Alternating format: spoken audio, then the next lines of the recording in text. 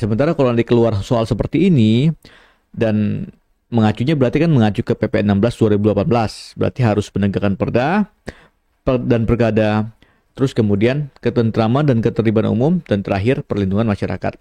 Penegakan perda perkada, Trantibum, Linmas. Nah, kalau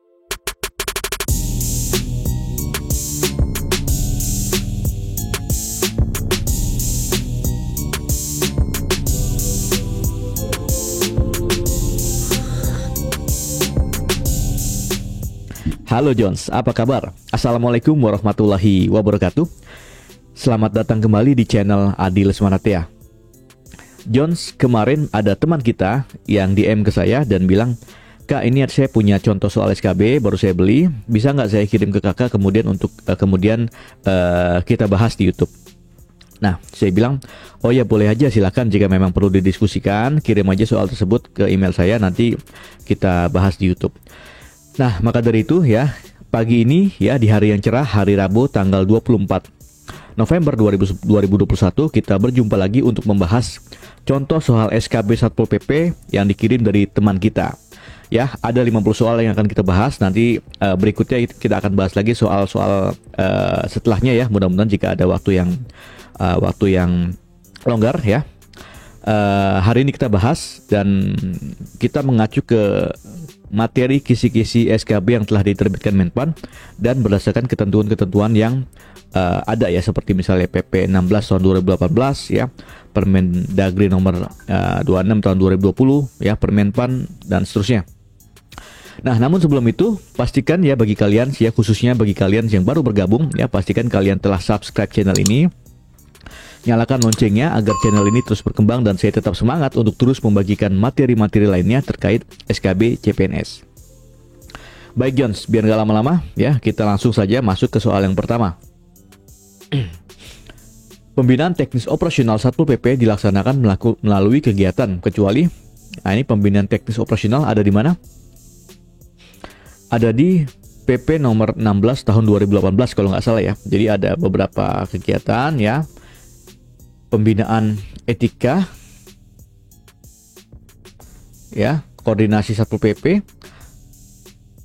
pengembangan pengetahuan dan keterampilan, dan manajemen penegakan perda dan perkada. Kalau yang nomor 4 ini bukan ya, bukan kegiatan pembinaan teknis yang dilakukan oleh Pemda. Jadi jawabannya adalah D.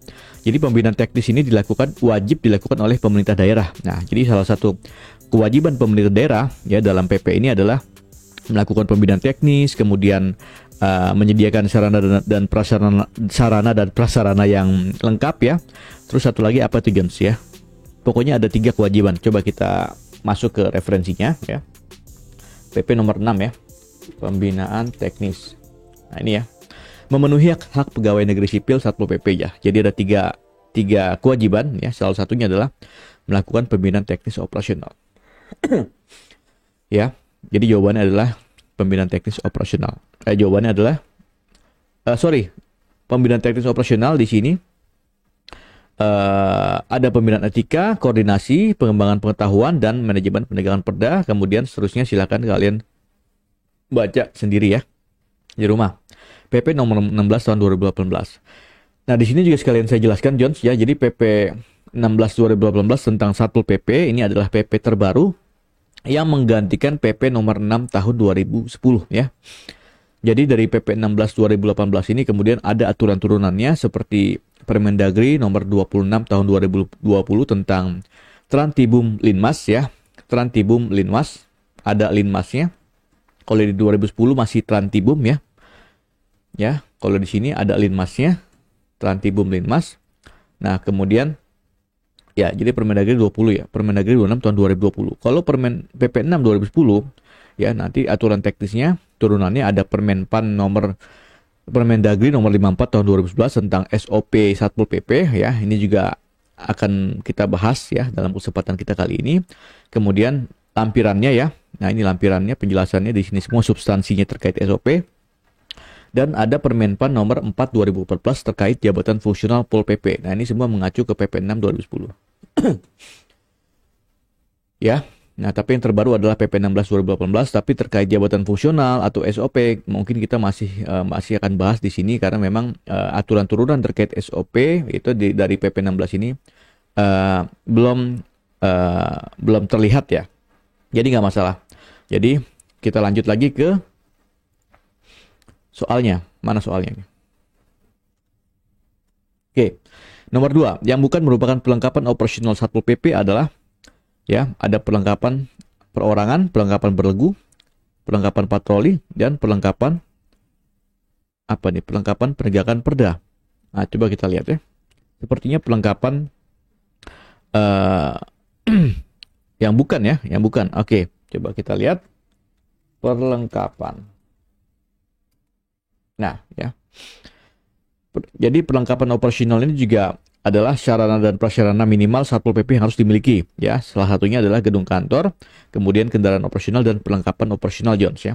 Nah, selanjutnya perlengkapan operasional ini ada 4, yaitu perorangan, beregu, patroli, dan penegakan perda dan perkada. Sehingga kalau kita kembali ke jawabannya, maka yang bukan adalah yang delta ya.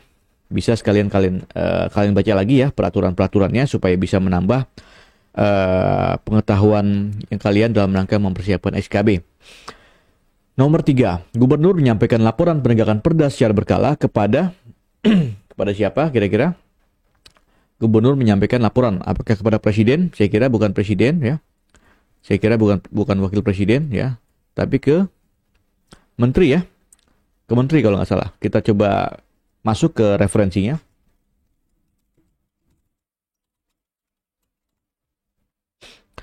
Ya, ke menteri ya. Betul ya. Gubernur menyampaikan laporan Trantibum Linmas ya kepada menteri secara berkala ya. Jadi jawabannya adalah menteri. Nomor 4, ini aturannya ada di PP 16 ya. Bupati wali kota menyampaikan laporan penegakan perda secara berkala kepada, nah kalau bupati ya. Kalau bupati berarti ke gubernur ya. Kalau gubernur itu ke menteri ya. Ya, coba lihat sini. Ini ya. Bupati ke gubernur. Oke, jawabannya adalah bravo. Jadi sesuai dengan tingkat pemerintahan ya. Nomor 5, tipologi dan struktur perangkat Satpol PP Kabupaten Kota ditetapkan berdasarkan perlu yang mengatur tentang mungkin peraturan kali ya. Ya, yang mengatur tentang perangkat daerah ya, saya kira ya. Tipologi, struktur, dan perangkat Satpol PP ditetapkan berdasarkan per-UU, maksudnya peraturan perundang-undangan yang mengatur tentang perangkat daerah. Ya, silakan bisa kalian baca di PP 16 tahun 2018. Ya. Sebentar. Kayaknya sepertinya ada WA yang barangkali penting ya. Saya coba cek dulu, Jones.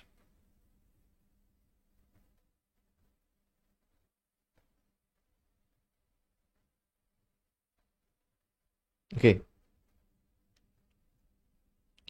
Kita lanjut lagi ya. Salah satu tugas Satpol PP kecuali apa nih? Tugas Satpol PP penegakan perda dan perkada, kemudian Trantibum Linmas ya. Perda dan perkada, Trantibum Linmas. Jadi 3 poin itu tugas Satpol PP menurut ketentuan yang terbaru yaitu PP 16 tahun 2018. Nah, sekarang kalau kecuali ya berarti apa nih? Perda oke. Perkasa. Perkada maksudnya ya. Perkada memutuskan hubungan tidak ya. Trantibum oke. Linmas oke. Berarti jawabannya adalah C. Kalau di PP yang lama, PP 6 tahun 2010 itu masih Perda dan Trantibum saja. Perkada dan Linmasnya belum ada ya. Tapi substansinya kalau ngelihat di SOP dan Permenpannya terkait jabatan fungsional itu ternyata sedikit diulas juga, disebutkan juga mengenai perkada dan linmas ya. Kalau kalian baca lagi ya. Nah, tapi dengan peraturan yang terbaru yaitu PP 16 tahun 2018 ya, maka tugas Satpol PP-nya sudah komplit ya. Menegakkan perda dan perkada, Trantibum, Linmas ya, ketentraman, ketertiban umum dan perlindungan masyarakat. Nomor 7, dalam melaksanakan penegakan perda yang bertindak selaku koordinator PPNS di lingkungan Pemda adalah siapa kira-kira? Yang jelas bukan Kesbangpol, bukan juga Kejaksaan. Ya, yang sebagai koordinator PPNS adalah Satpol PP. Ya, PPNS itu apa? Penyidik Pegawai Negeri Sipil. Ya, kalian-kalian ini yang nanti akan menjadi koordinator PPNS. Tapi kalian juga nanti bisa menjadi PPNS ya, jika sudah memenuhi persyaratan dan ketentuan yang berlaku. Ya, nomor 8. Berikut ini yang termasuk kegiatan di dalam penyelenggaraan ketertiban umum dan ketentraman masyarakat kecuali apa kira-kira? Ketertiban umum dan ketentraman masyarakat silakan dibaca di PP-nya atau di SOP-nya ya. Patroli jelas, penertiban, pembinaan, pengawalan ya. Ini masuk ke ketertiban umum. Sementara kalau yang justisi ini masuk ke kegiatan penegakan perda ya, perda perkada. Ya. Ini ada di SOP ya, di PP 6 2010 juga ada ya. Silakan kalian coba cari.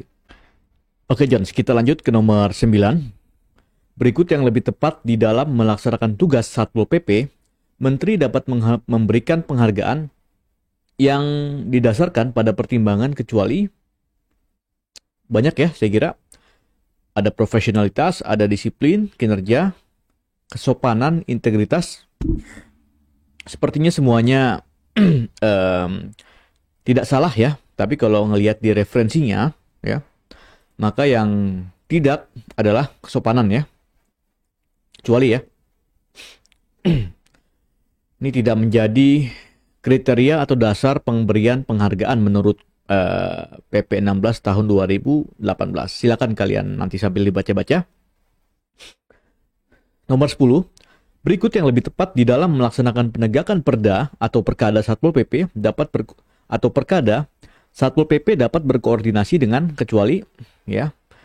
Kecuali siapa? Ya, kalau koordinasinya saya kira dengan TNI yes, polisi yes, kejaksaan yes, pengadilan yes ya. Pokoknya dengan APH ya. Dengan aparat penegak hukum. Nah, kecuali berarti Kesbangpol ya. Jawabannya adalah alfa.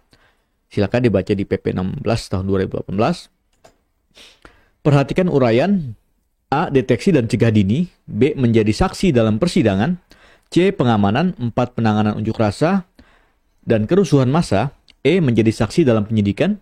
F. Melakukan tindakan justisi. Dan G. Pembinaan dan penyuluhan. Yang merupakan kegiatan penyelenggaraan ketertiban umum dan ketentraman masyarakat adalah, nah ini kita perlu lihat ke SOP-nya ya, SOP Satpol PP. SOP Satpol PP itu Permendagri nomor berapa tadi? 54 2011 ya. Permen nomor 54 tahun 2011, lihat di lampirannya. Nah, kalau yang justisi ini masuk ke penegakan perda ya. Penegakan perda perkada. Ini juga masuk ke sini ya.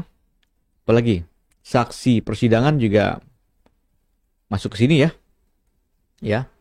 Berarti yang Trantibum adalah A, C, D, G ya.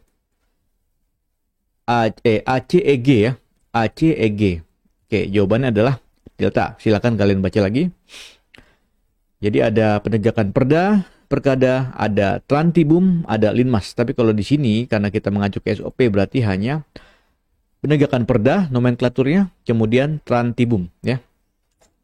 Nomor 12, dalam melaksanakan tugas, Satpol PP Provinsi bertanggung jawab kepada, saya kira jelas kalau Provinsi tanggung jawabnya kepada Gubernur ya.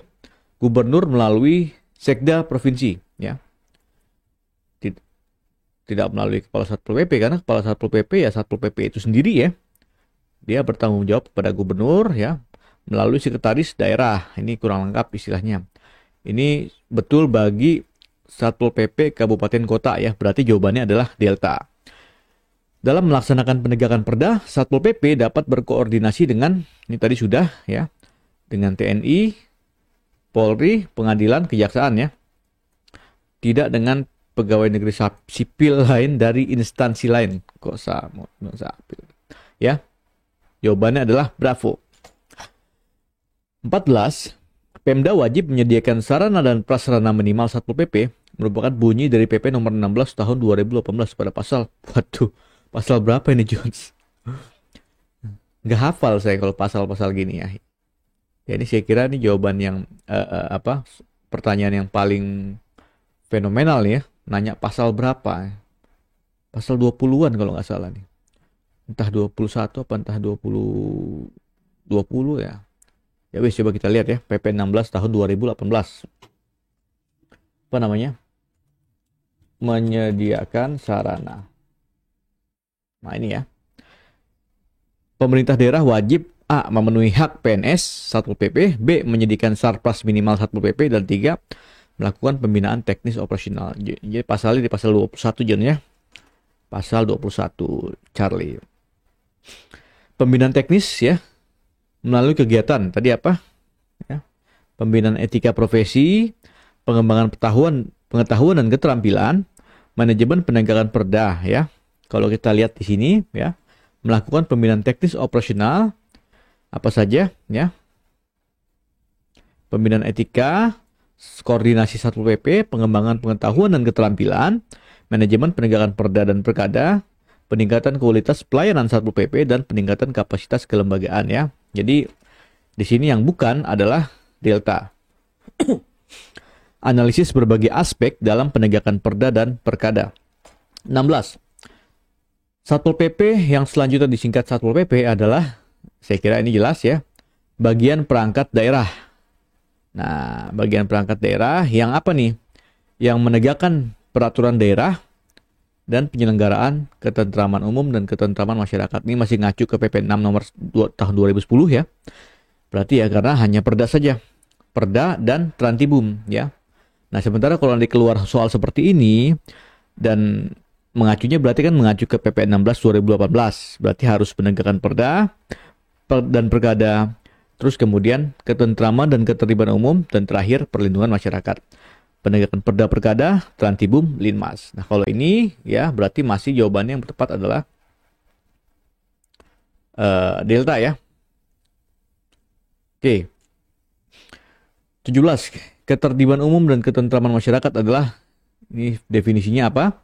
Suatu kegiatan yang dinamis yang memungkinkan yang memungkinkan pemerintah daerah dan masyarakat ya.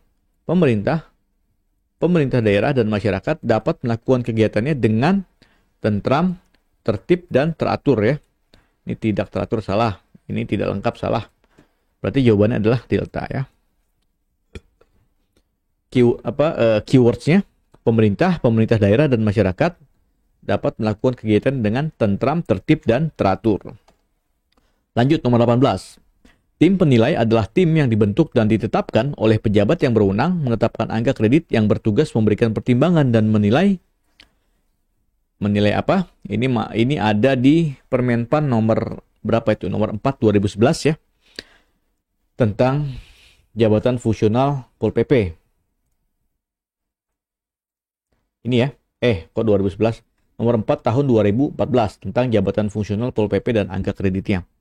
Silakan kalian baca. Jadi ini memberikan pertimbangan dan menilai prestasi kerja Pol PP ya. Yang merupakan salah satu pangkat Pol PP pada jenjang jabatan tingkat terampil atau penyelia. Nah ini kalau tingkat terampil ini dimulai dari Pol PP pelaksana pemula, golongannya 2A dan 2B.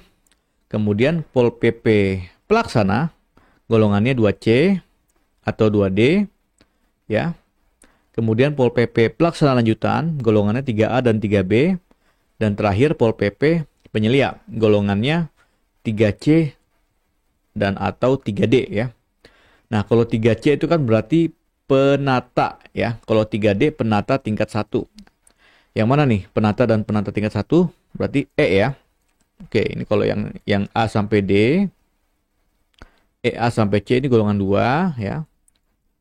Ini 2A ya, 2A, 2C, 2D.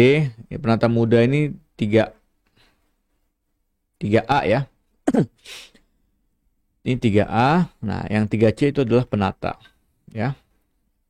Oke, lanjut nomor 20. Setiap Pol PP wajib mencatat, menginventarisasi seluruh kegiatan yang dilakukan dan mengusulkan. Saya kira jelas mengusulkan dupak. Dupak itu apa? daftar usulan penetapan angka kredit. Ya, ini sebagai konsekuensi kalian nanti jabatan fungsional ya, Pol PP, maka wajib mengumpulkan dan mengusulkan dupak untuk kenaikan pangkat dan jabatan kalian ya. Sebentar.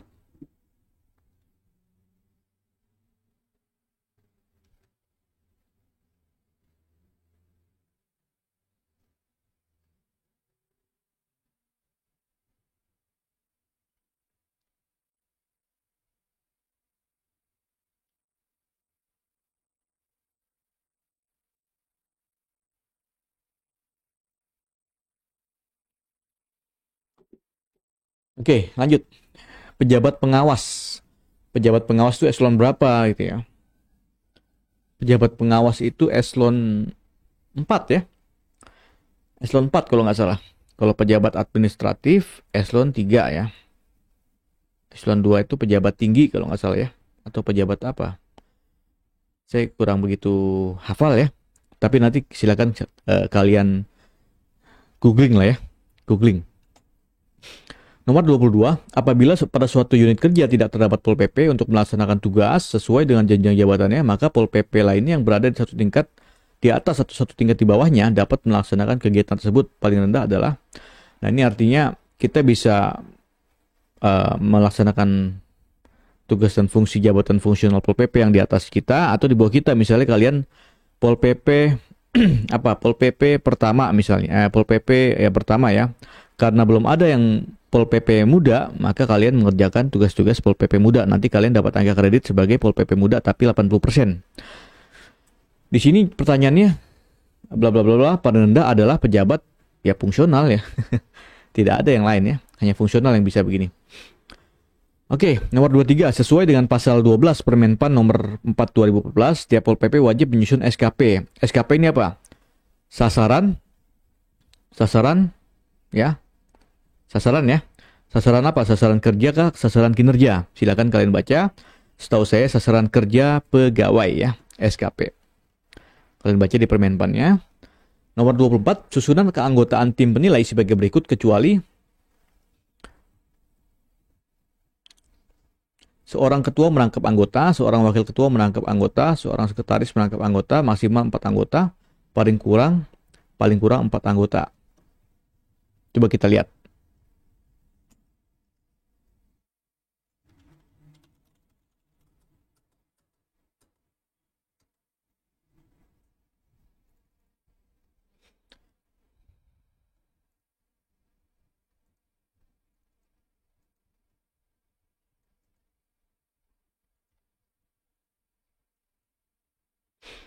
Ini ya, seorang ketua merangkap anggota, seorang wakil ketua merangkap anggota, seorang sekretaris merangkap anggota, paling kurang 4 anggota. Berarti yang salah adalah maksimal 4 anggota. Oke. 25. Ya, tata kerja tim penilai dan tata cara penilaian angka kredit Pol PP ditetapkan oleh, saya kira siapa? Menteri Dalam Negeri ya, selaku pembina ya. Instansi pembinanya adalah Kemendagri, tapi pejabatnya adalah Menteri Dalam Negeri ya. Jadi kalau ngelihat di Permenpan ini seharusnya adalah Menteri Dalam Negeri ya, Mendagri bukan Kemendagri ya. Jawabannya adalah alfa. 26. Pengangkatan pertama kali dalam jabatan fungsional Pol PP tingkat terampil harus memenuhi syarat sebagai berikut. Kecuali nah ini tingkat terampil berarti yang lulusan SMA ya. Formasi lulusan SMA atau lulusan D3 ya. Lulusan SMA atau D3, nggak tahu kalau D3 tahun ini ada nggak Pol PP. Sepertinya nggak ada ya. Jadi adanya kan lulusan SLTA dan atau lulusan S1 ya. Kalau S1 nanti jenjangnya fungsional Pol PP tingkat ahli ya, mulai dari pertama mudah, madya. Kalau yang terampil mulai dari Pol PP pelaksana pemula. Nah, paling rendah itu apa? SLTA ya. Jelas. Pangkat paling rendah nanti kalian ketika jadi CPNS 2A, tinggi badannya salah nih ya. Yang cowok itu 160, yang cewek itu 105 kalau nggak salah ya. Sehat jasmani rohani, mengikuti dan lulus diklat dasar Pol PP. Jadi jawabannya adalah C. Silakan kalian baca di Permenpan ya. Oke. Kriteria teknis bagi Pemprov meliputi Pemprov ya, meliputi apa? Meliputi saya kira jumlah penduduk ya. Jumlah penduduk. Jadi bisa kalian cari di referensinya ya. Nomor 28, untuk meningkatkan kompetensi dan profesionalitas Pol PP yang akan naik jabatan harus mengikuti, nah ini apa nih? Uji kompetensi dan lulus ujian ya. Ya, jadi kalau di Permenpan ini namanya, kalau nggak salah, uji kompetensi dan, sebentar ya Jones ya.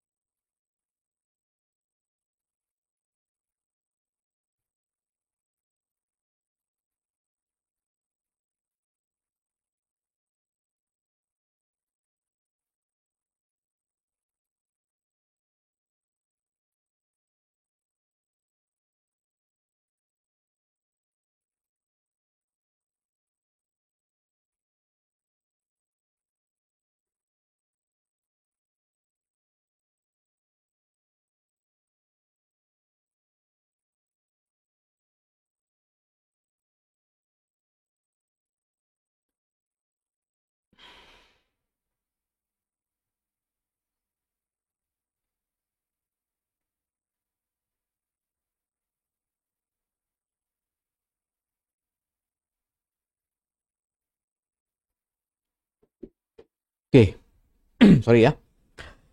Kita lanjut. Calon PNS dengan formasi jabatan. Oh iya, ini tadi bisa sekalian kalian cari ya di Permenpan tadi ya. Nomor 29, calon PNS dengan formasi jabatan fungsional Pol PP yang diangkat sebagai PNS harus mengikuti dan lulus pendidikan dan pelatihan dasar Pol PP paling lama setelah 3 tahun ya. Setahun apa 3 tahun, Jones? Sepertinya 3 tahun ya. Coba.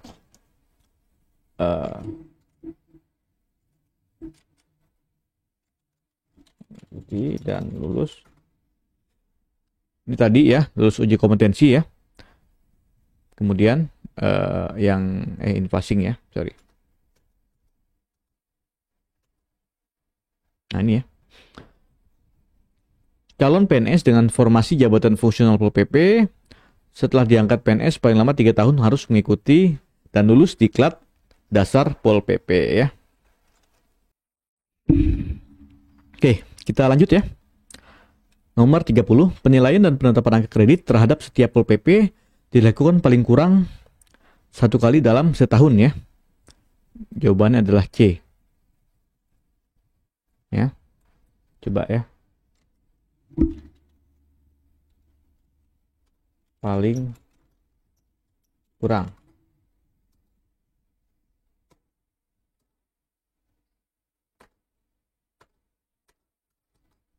Banyak, John. Penilaian dan penetapan angka kredit.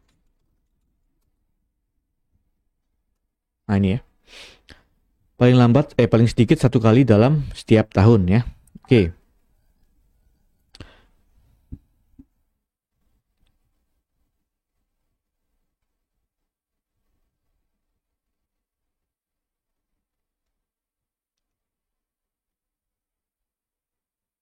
Ya.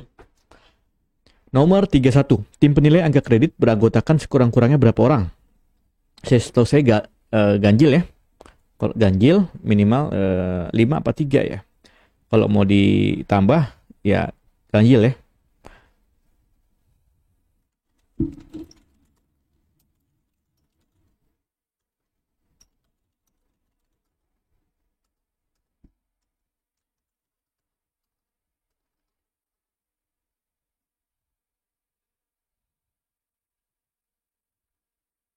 Ya, paling kurang 4 anggota.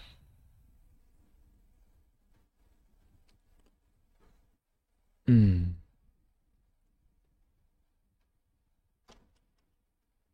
ya, sekurang-kurangnya eh, beranggotakan ya, beranggotakan sekurang-kurangnya. Tadi ada di sini 4 anggota ya, ya. Oke, jadi jawabannya adalah 4 ya. Kalau di total, jadi sama ketua ya mungkin, jadi apa? Jadi ganjil. Awal tahun SKP yang disusun harus disetujui oleh siapa nih? SKP ya. Sepertinya pemimpin unit kerja Jones ya. Sepertinya A ya. Coba kita lihat. SKP ya.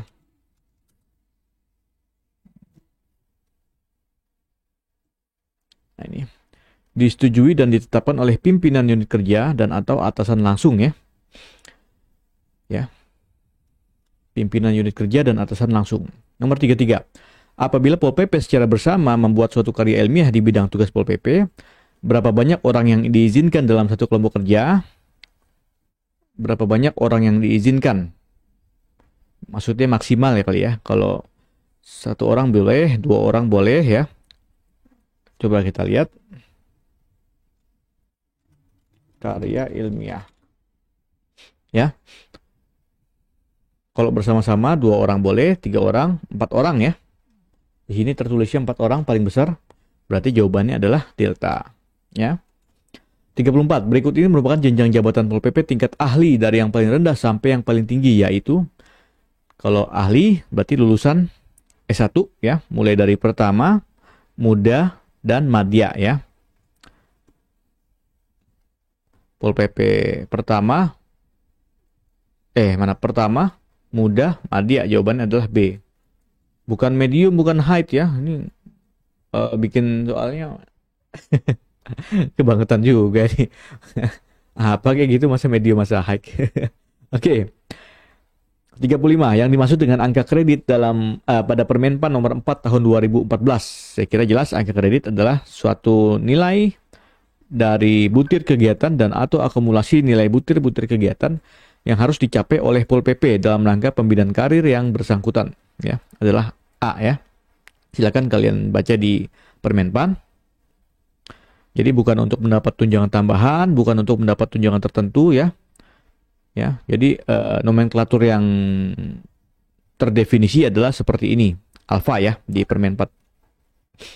Nomor 36, berikut ini merupakan pejabat yang berwenang menetapkan angka kredit kecuali ya,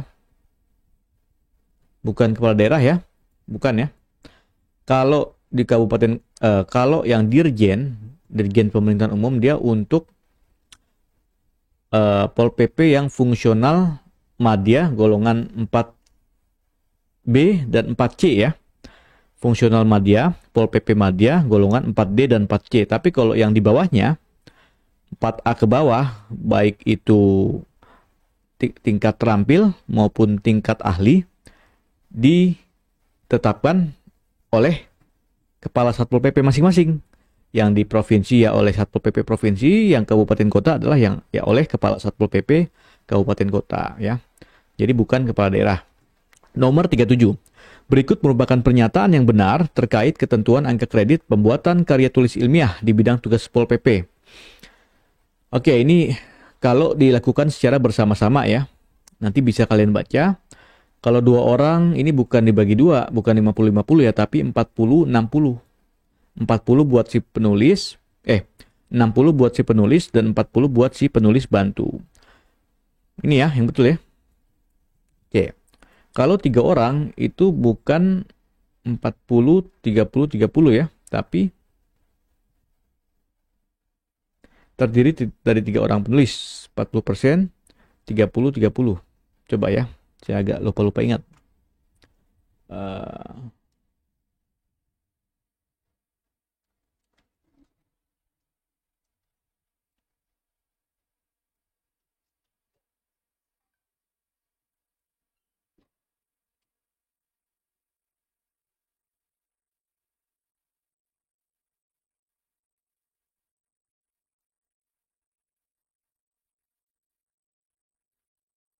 Oke, tak ketemu ya. Oke, 40%. Kok dolar? Ini ya. Kalau 3 itu 50% untuk penulis utama dan masing-masing 25% bagi penulis pembantu ya. Jadi bukan 40 30 30 tapi 50 25 25 ya. Kalau 4 orang 40 20 20 20 ya. Oke. Lanjut nomor 38, apakah tugas pokok Pol PP menurut Permenpan nomor 14 tahun 2014 ini masih mengacu ke PP 6 tahun 2010 ya. Berarti Perda ya, penegakan Perda dan Trantibum ya. Perda dan Trantibum berarti A ya, Tentraman dan Ketertiban Umum ya. Kalau yang terbaru PP 16 2018 penegakan Perda dan Perkada, Trantibum, Linmas ya. 39 Permenpan nomor 4 2014 tentang jabatan fungsional Pol PP angka kreditnya ditetapkan pada tanggal ini pertanyaannya gini banget ya. Nggak hafal. Oke, kita coba cek ya. Tanggal berapa Januari yang jelas ya. Ditetapkan tanggal 8 Januari ya. Diundangkan tanggal 1 April. Ya, jawabannya 8 Januari. Bravo ya. Oke. Ya, mudah-mudahan soal seperti ini tidak keluar Jones ya. 40. Salah satu kewajiban pemerintah adalah melakukan pembinaan teknis operasional melalui kegiatan. Ini tadi kayaknya sepertinya udah nih. Kok ngulang lagi Jones ya. Ya, kecuali ya ini jelas oke. Manajemen Perda Perkada, koordinasi Satpol PP yang bukan C ya. Pokoknya kalau manajemen itu berarti manajemen penegakan Perda dan Perkada. Silakan kalian baca lagi di referensinya. 41 yang bukan merupakan ruang lingkup dari SOP Satpol PP. Nah, ini berarti baca ke SOP Satpol PP lampiran Permendagri nomor 54 tahun 2011. Ya, ruang lingkupnya adalah 1 penegakan Perda, Trantibum ya, pengawalan pejabat penting dan operasional patroli. Kalau yang non justisi dia masuk ke penegakan Perda ya. 42. Dalam pelaksanaan tugas dan Satpol PP harus berdasarkan pada SOP Satpol PP dan harus berdasarkan pada petunjuk teknis yang ditetapkan oleh kalau Juknis kalau di daerah ini Juknis biasanya diterbitkan oleh kepala daerah Jones ya. Kepala daerah. Berarti kalau di kabupaten namanya bupati. Kalau provinsi namanya gubernur ya. Kalau di kota namanya wali kota. Lanjut nomor 43. Dalam pelaksanaan penindakan non-justisial apabila dalam waktu 15 hari pelanggar tidak mentaati surat pernyataan, maka selanjutnya akan diberi tindakan berupa surat teguran pertama dengan tenggat waktu berapa hari? 7 hari atau 3 hari? 7 hari ya. Jadi setelah itu masih diabaikan teguran pertama 7 hari, masih diabaikan juga teguran kedua 3 hari, masih diabaikan juga teguran ketiga 3 hari. Ya. Nomor 44. Sebelum melaksanakan penerimaan paksa, hal pertama kalau dilakukan oleh gimana sih maksudnya? Sebelum melaksanakan penerimaan paksa, hal pertama yang dilakukan oleh Satpol PP adalah pra operasi ya. Jadi sebelum melakukan operasi ini Pol PP harus ngapain gitu kan? Nah, ini ada di SOP John, silakan kalian baca.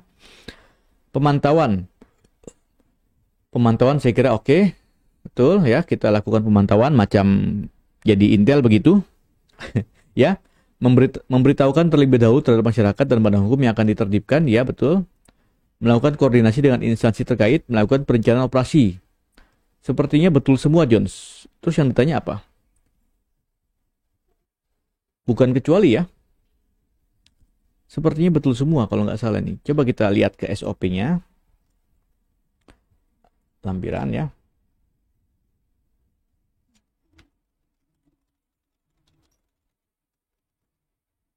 Ini ya.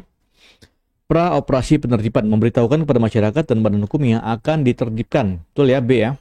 Melakukan perencanaan operasi penertiban. Dan berkoordinasi. Ini kalimatnya gak lengkap, Jones. Berarti ini salah. Melakukan kegiatan pemantauan terhadap objek dan lokasi yang akan ditertibkan ya. Ini harus lengkap mungkin ya. Ini tidak lengkap.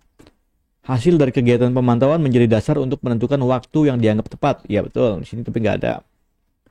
Lagi. Melakukan koordinasi mana tadi? Koordinasi. Ini ya. Perencanaan operasi dan berkoordinasi ya. Ini tadi berarti harusnya digabung dengan yang bawah nih ya. Ini ya, perencanaan dan koordinasi. Berarti yang tepat adalah Bravo ya. Mungkin itu maksud soalnya Jones ya. Harus lengkap. Nomor 45, tugas dari patroli khusus adalah ya. Tugas patroli khusus apakah melaksanakan pembinaan atau mensosialisasikan kebijakan atau pemeliharaan, pengawasan, penertiban atau melakukan penindakan. Sepertinya melakukan penindakan terhadap semua pelanggaran ketertiban umum dan ketentraman masyarakat Perda ya. Coba. Patroli khusus. Nih ya. Penindakan di lapangan sesuai ketentuan dan kebutuhan yang ada dalam upaya penegakan ketertiban umum ya. Jadi kita memang sifatnya represif ya. Jadi langsung tindak ya. Langsung lakukan penindakan. Jadi 45 adalah C. 46. Dalam pelaksanaan patroli, Satpol PP wajib dilengkapi oleh surat perintah. Siapakah pejabat yang berwenang menandatangani surat perintah? SPT ya, surat perintah tugas ya, atau surat tugas sama saja. Dia ditandatangani oleh ya si kepalanya, kepala satuan ya. Kepala satuan Pol PP ya, bukan kepala daerah. Tapi kepala satuan. 47. Sebelum melaksanakan operasi ketertiban umum dan ketentraman masyarakat, Satpol PP dapat berkoordinasi dengan ini lagi sering keluar ya di sini maksudnya. Kecuali Ormas ya. Alat negara, PPNS, kecamatan, kelurahan, desa ya. Ya.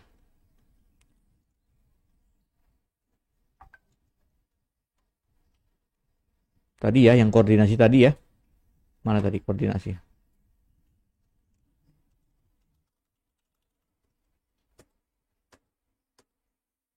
Ini ya. Alat negara, instansi terkait, PPNS, kecamatan, kelurahan, desa ya. Kalau ormas tidak.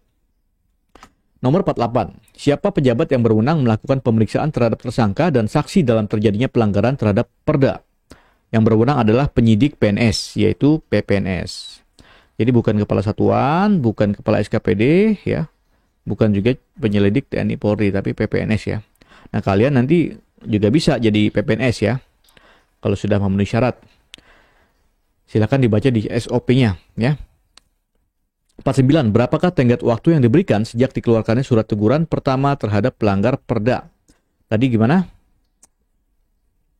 Teguran pertama 7 hari, kemudian masih diabaikan, dikeluarkan surat teguran kedua dengan jangka waktu 3 hari, masih diabaikan juga, dikeluarkan lagi surat teguran ketiga jangka waktunya 3 hari. Berarti kalau ini pertanyaannya apa nih? Berapakah tenggat waktu yang diberikan sejak dikeluarkannya surat teguran pertama? Ini tenggat waktunya surat teguran pertama ya, berarti 7 hari ya. Kalau 7 hari masih abai, baru diberikan surat teguran kedua sebesar selama 3 hari jangka waktunya. Terakhir, 50. Apabila telah selesai melaksanakan penugasan patroli, petugas Satpol PP wajib membuat laporan penugasan yang kemudian akan diberikan kepada, saya kira jelas namanya laporan kegiatan, itu perlu disampaikan kepada kepalanya. Dalam hal ini Kepala Satuan Satpol PP ya. Ada di SOP-nya, silakan kalian searching dan baca-baca lagi ya. Saya kira itu John, 50 soal yang bisa kita bahas kali ini. Mudah-mudahan bisa bermanfaat buat kita semua, terutama memberikan tambahan insight dan pengetahuan dalam rangka mempersiapkan diri kalian menghadapi SKB CPNS 2021. Saya ucapkan selamat kepada teman-teman yang telah melaksanakan SKB CPNS, mudah-mudahan peringkat tinggi dan bisa lolos langsung pemberkasan.